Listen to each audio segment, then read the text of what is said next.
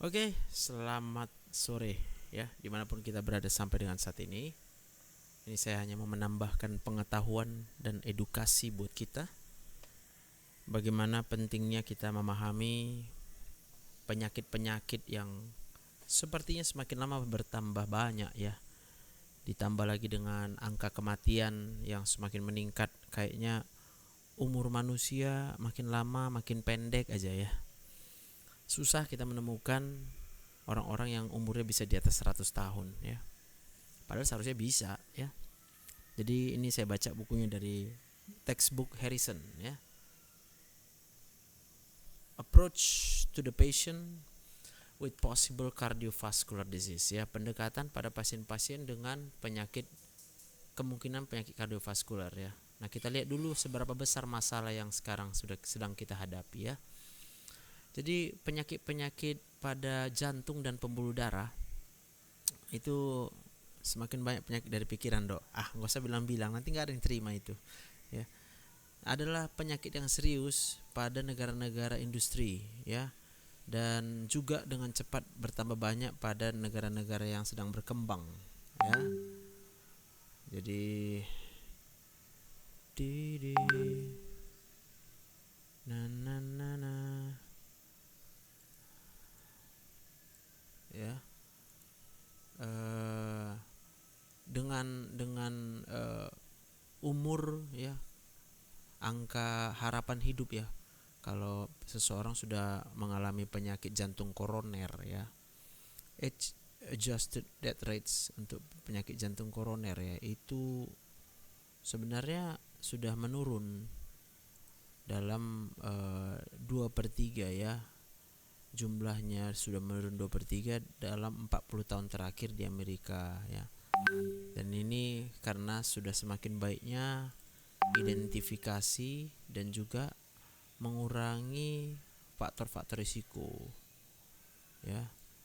Jadi semakin cepat kita mengenali faktor risiko kita, semakin besar harapan kita untuk umur panjang, karena kita jadi tidak mengalami penyakit jantung koroner ya. Juga semakin meningkatnya pengobatan dan juga intervensi ya yang bisa diberikan untuk mengobati penyakit jantung koroner ya, aritmia ya, dan juga gagal jantung. Jadi kita harus menjadi orang-orang yang ikut di tren ini, yaitu dengan punya pengetahuan yang cukup sehingga kita nggak alergi berobat ke dokter gitu. Walaupun demikian, penyakit-penyakit kardiovaskular merupakan penyakit yang paling sering menyebabkan kematian. The most common causes of death. Iya, ya. Yang bertanggung jawab terhadap 1/3 dari jumlah kematian. 1/3 of all deaths. Wah, sedih banget ya. Yaitu lebih dari 800.000 kematian setiap tahun. Ini di Amerika datanya ya. Kira-kira 1/4 dari kematian ini adalah tiba-tiba. Wow, 1/4 kematiannya adalah mati tiba-tiba. Gimana itu? Sebagai tambahan, penyakit-penyakit kardiovaskular itu sangat tinggi prevalensinya, yang terdiagnosa hampir pada setengah populasi orang dewasa. Salah satu mungkin yang menarik adalah meningkatnya jumlah orang-orang yang obesitas ya. Bojes, siap Bojes. In addition, cardiovascular disease are highly Kemudian meningkatnya pasien-pasien dengan diabetes mellitus tipe 2 ya. Kalau psikiaterku belajar menghargai hidup itu dengan proses, bukan protes. Iya, jangan takut dibenci, jangan mengemis untuk disukai. Yes. Kreatin 5 gimana bisa normal, Dok? Berobat, Bang Bojes. Ya, itu benar. Itu benar. Jangan. Kamu lakukan aja yang baik, lakukan yang benar. Persoalan orang mau suka atau enggak, kadangkala kita enggak bisa paksa. Ya kan? Gitu. Emang sih sedih, tapi ya mau gimana ya? Tetap bersyukur aja.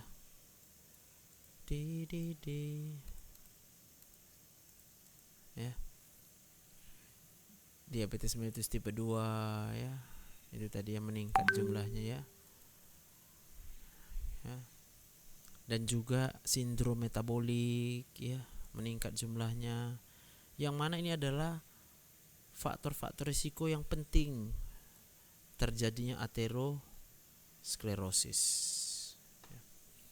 Dan sekarang sudah mulai mengancam ya, sehingga akan mulai mengurangi angka harapan hidup dan juga tingkat angka kematian penyakit jantung koroner.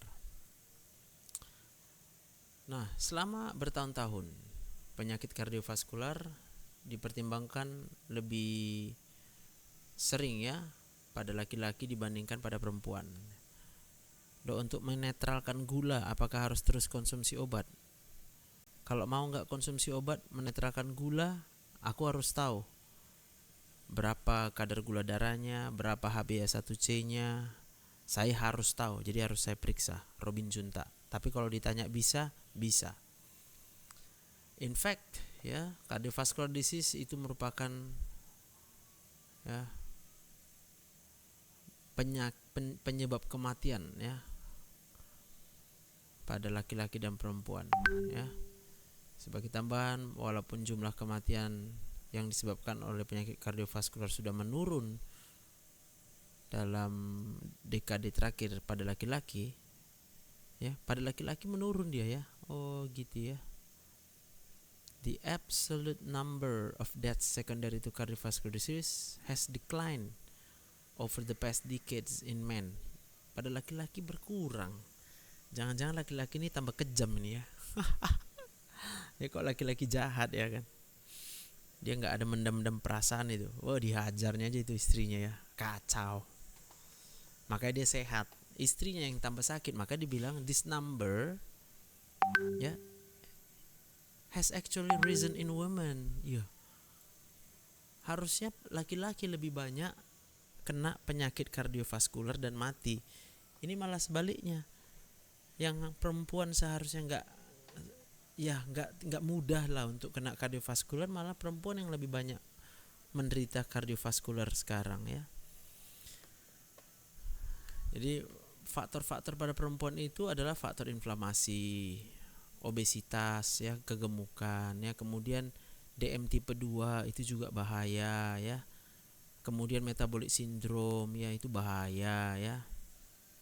Dan itulah yang menyebabkan perkembangan aterosklerosis atau penyakit jantung koroner pada perempuan dibandingkan pada laki-laki, guys. Ya. Coronary artery disease is more frequently ya, lebih sering berhubungan dengan disfungsi mikrosirkulasi koroner pada perempuan ya dibandingkan pada laki-laki ya. Jadi penyakit arteri koroner pada perempuan di mana terjadi disfungsi mikrosirkulasinya. Exercise electrocardiography has a lower diagnostic accuracy in the prediction of epicardial obstruction in women than in men. Jadi tes treadmill kurang sensitif, untuk kurang akurat ya, untuk bisa mendiagnostik atau memprediksi kemungkinan terjadinya obstruksi sumbatan pada pembuluh darah epikardial. Oke. Tapi ada juga yang sering diderita laki-laki, asam lambung. Kalau jantung kebanyakan perempuan menurutku. Iya benar itu. Nah, asam lambung pada laki-laki ini adalah karena dia nggak punya duit, Bu Hen. Ya, sebenarnya pada laki-laki asam lambungnya meningkat karena dia nggak punya duit. Kalau dia punya duit, nggak asam lambung dia.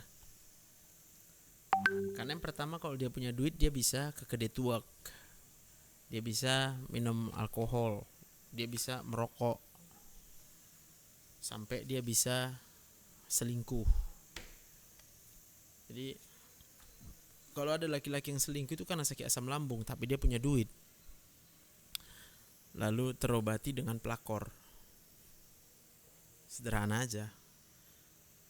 Vaksin TB orang dewasa saya belum setuju.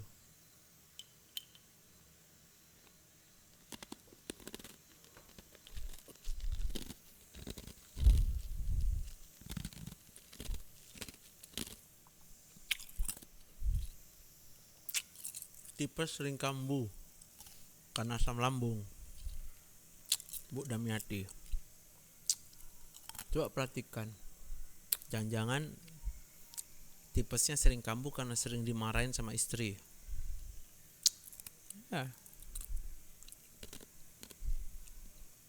Suami-suami yang sering dimarahin sama istri, suami-suami yang suami-suami yang mengalami banyak tekanan dari istrinya ya.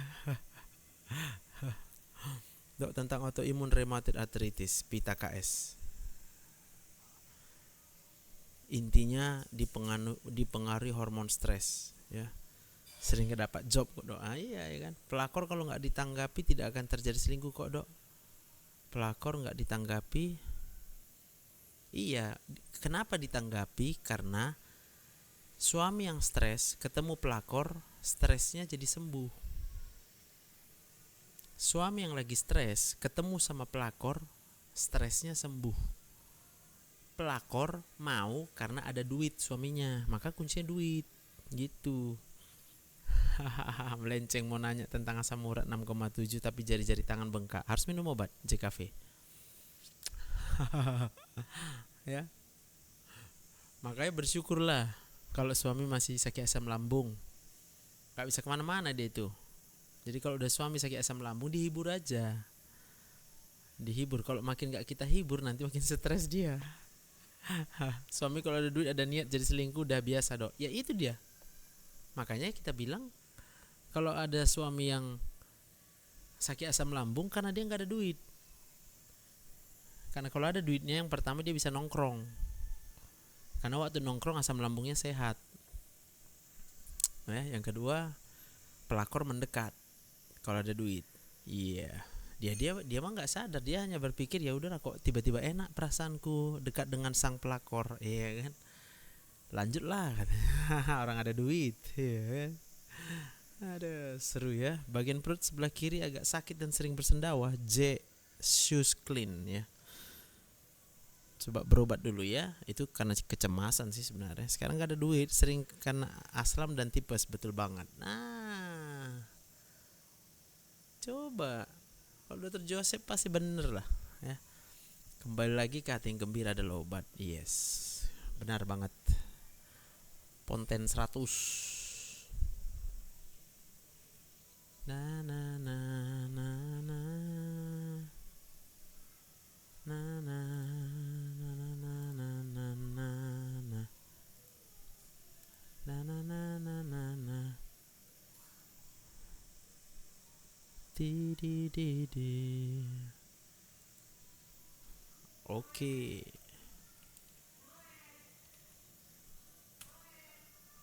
Na na na na na na na. Pokoknya siapa yang rajin ikut live Dr. Joseph, tenang-tenang, dengar-dengar, kasih pujian sama Dr. Joseph, pasti jadi sembuh ya. Jadi penggemar Pak Dokter jadi nggak pernah ke dokter lagi dok. Syukur banget. Paten banget Bu Damiati. Aduh ya. Puji Tuhan ya. Berarti cara untuk sembuh, jadilah fans Dr. Joseph.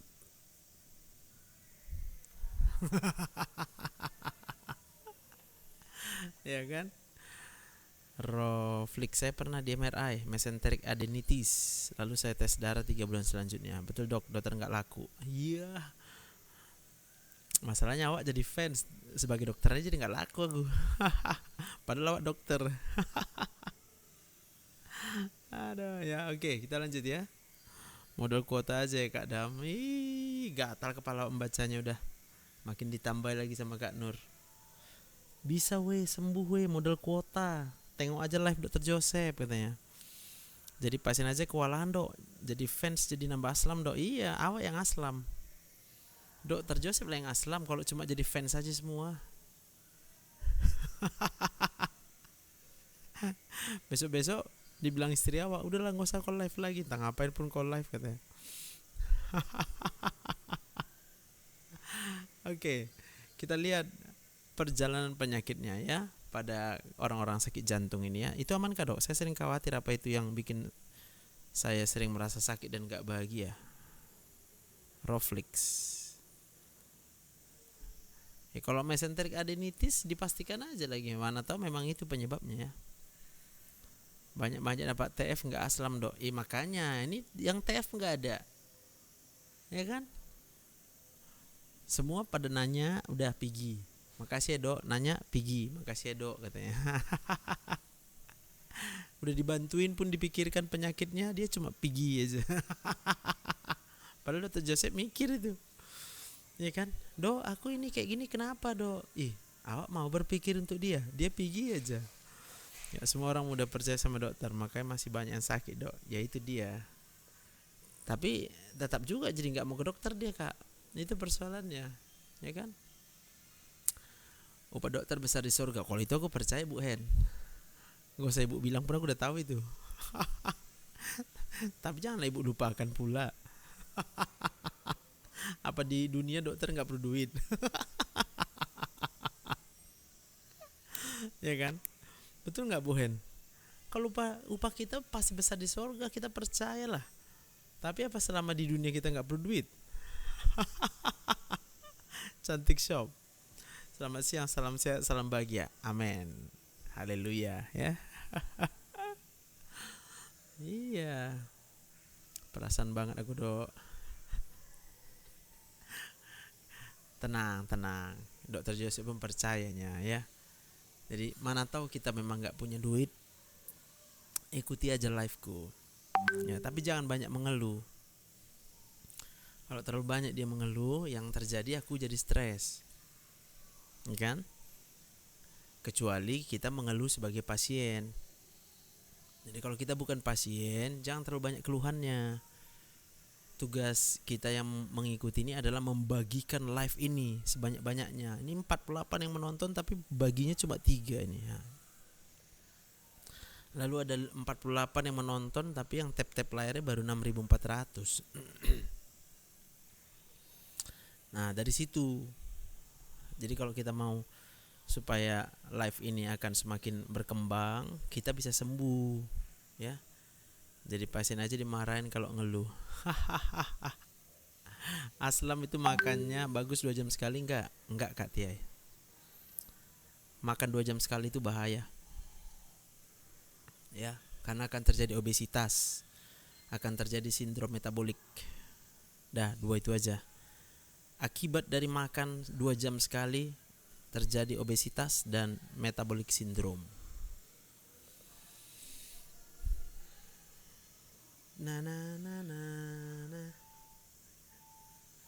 Ya. Gangguan-gangguan kardiovaskular itu seringkali muncul secara tiba-tiba, ya. Cardiovascular disorder often present acutely, ya, secara tiba-tiba. Bahkan pada orang-orang yang sebelumnya tak ada gejala, yang kemudian tiba-tiba itu mengalami suatu myocard infarct. Ya. Tap layar sambil nonton, ya kan, biar semangat awak. Or previously atau pada orang yang sebelumnya nggak ada gejala tapi sudah mengalami hipertrofik kardiomyopati. Ya. Itu dulu awak, sekarang bahkan makan sekali sehari juga nggak ada lagi sakit lambungnya. Ini baru sembuh gini, contoh yang sembuh kayak Kak Nur ini ya. Dok, benar nggak sih bahagia itu selalu harus ada uang? Bahagia itu selalu harus ada uang. Ya kalau uangnya ada selalu, kita bisa bahagia. Tapi masalah tetap ada.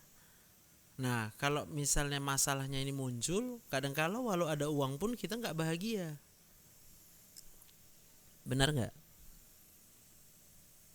Ada uang terus, kita pikir bahagia kalau ada uang terus. Nanti ada masalah. Masalah itu akan selalu muncul dalam hidup ini. Nah, masalah ini akan mencuri kebahagiaan kita. Ya. Nah, itu lebih tepat lagi ya. Ini pemikiran orang yang nggak punya uang, jangan-jangan ya. Aku nggak tega bilang itu tadi. Nah, itu masalah yang buat kita sendiri. Mana mungkin kita buat sendiri masalah? Masalah itu datang dari orang lain. Ya. Masalah itu selalu datang dari orang lain. Kalau kita maunya nggak ada masalah lah. harapan kita adalah nggak ada masalah, tapi masalah itu kemudian datang dari orang lain. Gitu. Ya.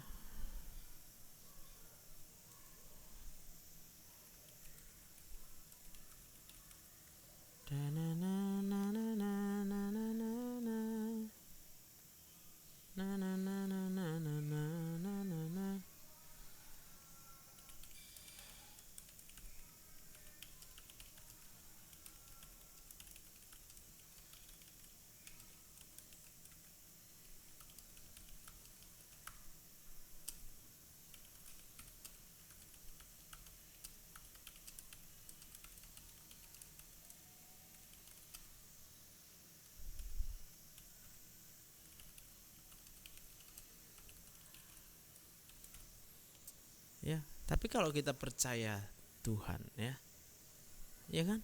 Kuncinya percaya Tuhan, karena orang yang ingat Tuhan, yang percaya Tuhan, nah, terjadi reaksi-reaksi hormonal di dalam otaknya.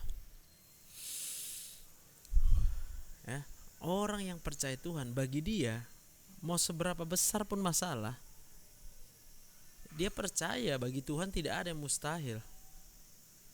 Orang yang percaya Tuhan mau ketemu dengan jalan yang buntu, jalan yang mustahil, yang gak ada jalan pun Tuhan jadikan ada jalan.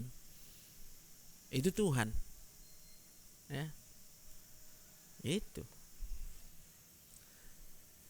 Atau pada pasien-pasien dengan gambaran EKG QT intervalnya memanjang, yang kemudian baru satu kali dia manifestasinya langsung terjadi sinkop, pingsan, ya, bisa pingsan ataupun langsung mati. Nah, ini gambaran-gambaran orang yang sakit jantung. Ya, jadi sebelumnya gak ada gejala, tapi baru sekali aja dia kena sinkop, meninggal. Atau ya udah meninggal aja, langsung meninggal. Kadang-kadang nggak ada penyakit jantungnya, ya, nggak ada. Kenapa? Karena kendali daripada jantung kita itu bergantung pada sel-sel, ya, sensor-sensor baroreseptor, sensor oksigen, dan juga kemoreseptor CO2 di medula oblongata, kemoreseptor H positif di medula oblongata. Nah, ini kalau habis nggak dapat oksigen, selesai. Karena kareku anak zaman now susah kali menasihati mereka itu, Opung. Sebenarnya bukan anak zaman now yang susah dinasihati. Kita pun dulu waktu anak-anak susah dinasihati. Tapi jangan kita bilang aku nggak susah dinasihati. Ya karena memang berbeda zaman. Sekarang udah banyak kali pilihan, ada handphone, ada ini, ada itu. Dulu mana ada? Dulu taunya cuma apa? Dulu taunya mungkin naik sepeda, dulu taunya main-main bola di lapangan. Itu kenakalannya seperti itu. Tapi kalau yang sekarang, anak-anak sekarang akan terdistraksi dengan begitu banyak internet. Itu. Jadi kita nggak bisa samakan zamannya. Dan anak sekarang ya jauh lebih pintar lah daripada kita dulu waktu seperti usia mereka. Dulu kita mau membaca buku aja susah. Kalau sekarang mah ChatGPT muncul ilmunya semua. Nggak ada susahnya cari ilmu. Jadi kalau sekarang cari ilmu itu gampang. Dengan kata lain, jangan suruh anak sekarang. Ada mobil di luar. Ntar kulit ya, siapa tahu ada pasien ya.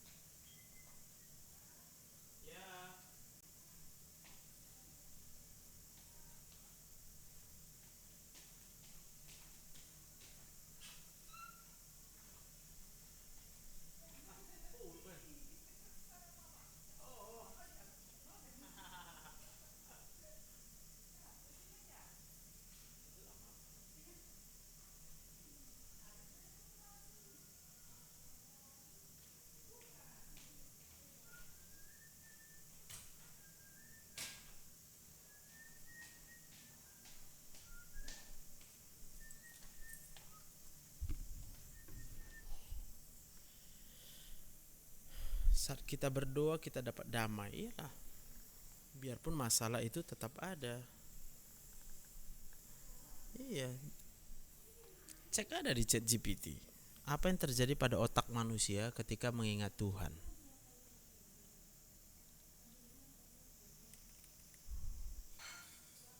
Danana.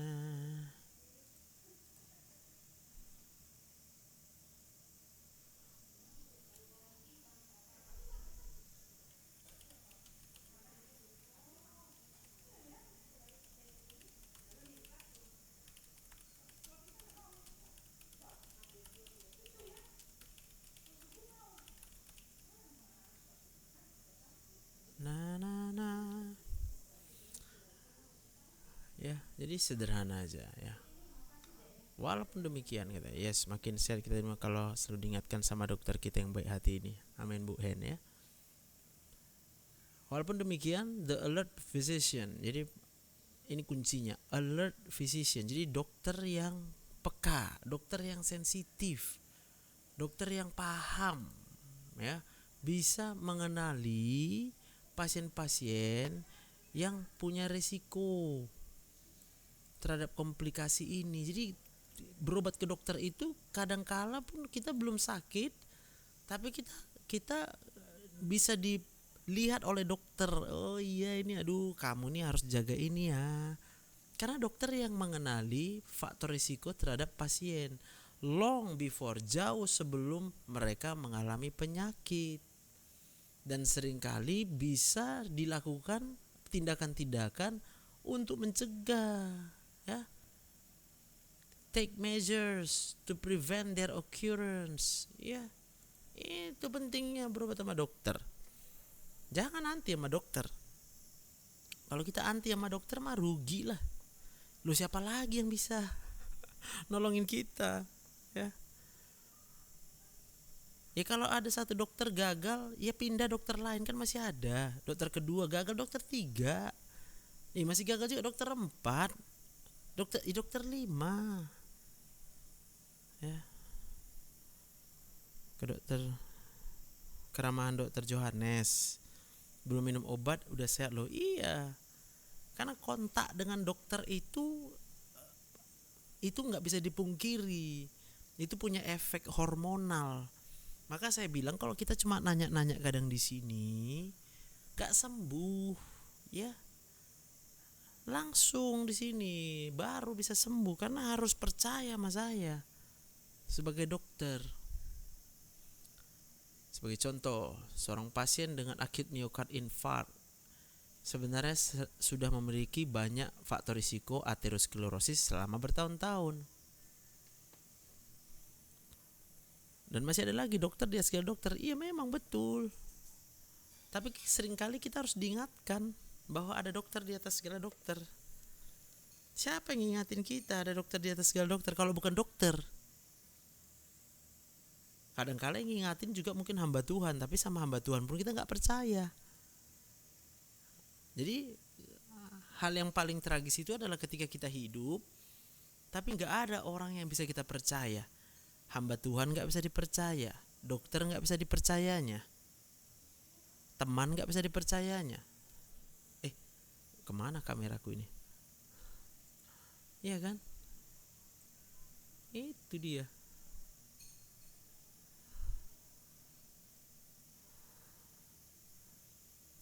Jadi kalau kita jumpa dokter, pastikan dokter itu bisa membuat kita merasa tenang, ya, adem. Itu loh, ya.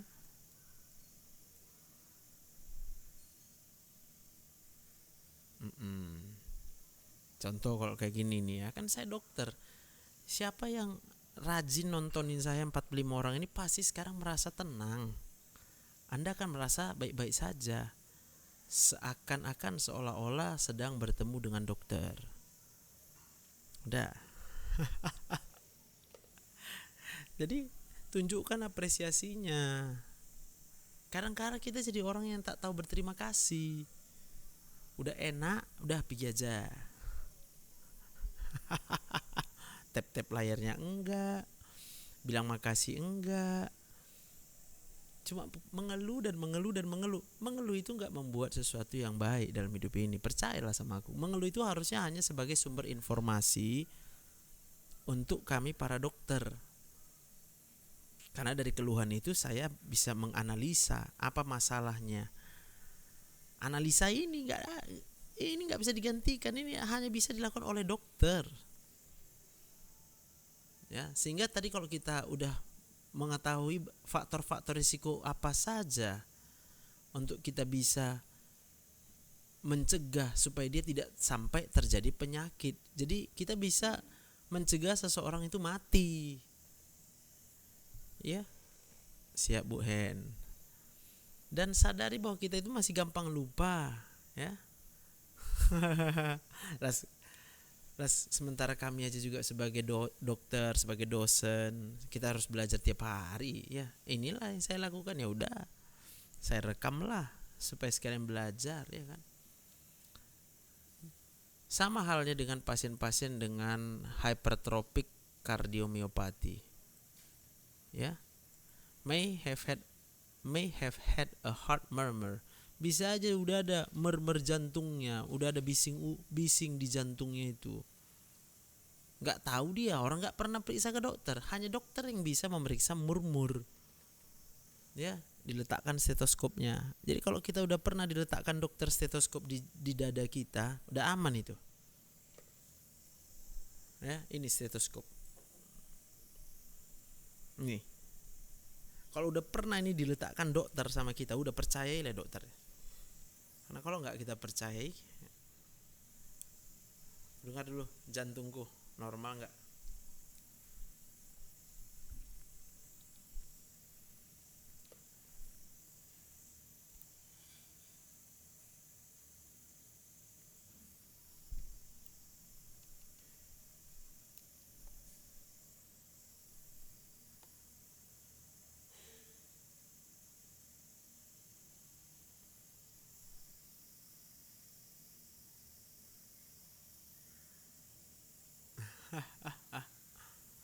Gimana membaca jantung normal apa enggak, Dok? Nah, mau jadi dokter Kak Nur.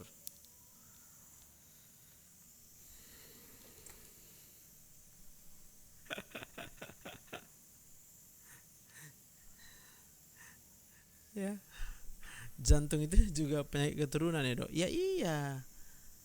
Ya, jadi pengaruh sekali, makanya kalau kita berobat ke dokter supaya kita bisa dengan cepat mendeteksi, ya. Sering nonton termasuk bagian dari terapi buat saya, Dok. Mantap Kak Mas Ninenggolan. Medis dapat, rohani dapat. Makasih, Dok. Iya. Mau ku bilang tadi, oleh-olehnya jangan lupa. Kalau udah sembuh, ingat-ingat juga Dr. Joseph. Ku ingatlah Dr. Joseph udah baik kali dia sama aku. Udah capek dulu dia belajar sekolah. Udah capek juga dia buat live-nya itu. Ya kan? Ingatlah. Jadilah orang yang bukan aku bukan nyalain, bukan. Izin tanya, penyebab tremor pada orang tua umur 76. Wah, kalau itu udah pasti penurunan fungsi otak, ya. Mau dikirim oleh-oleh apa, Dok, dari Semarang? Aduh. Gak usah kirim oleh-oleh nang Mas nih. Transfer aja. Nanti pakai uang ongkir lagi.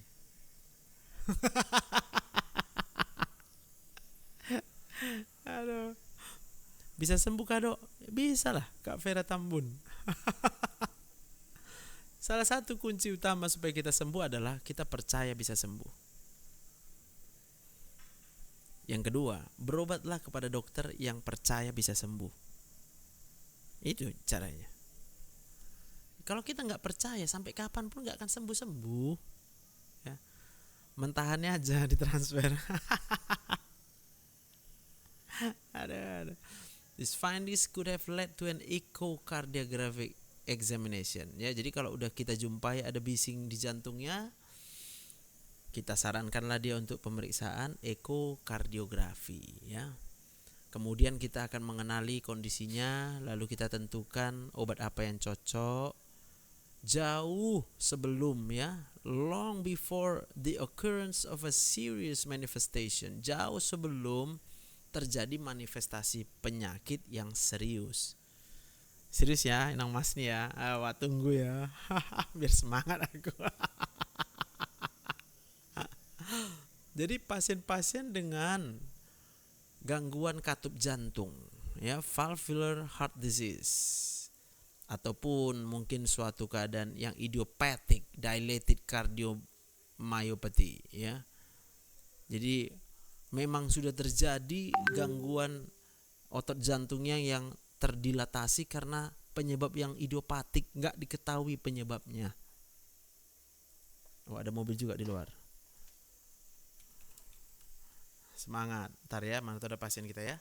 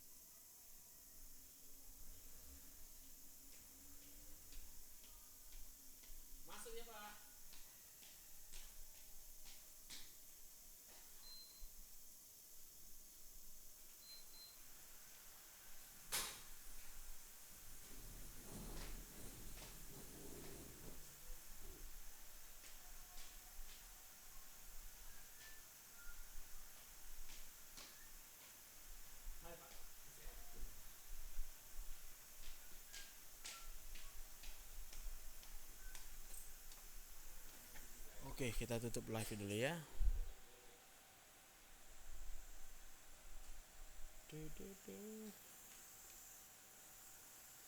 Masuk, Amang, masuk.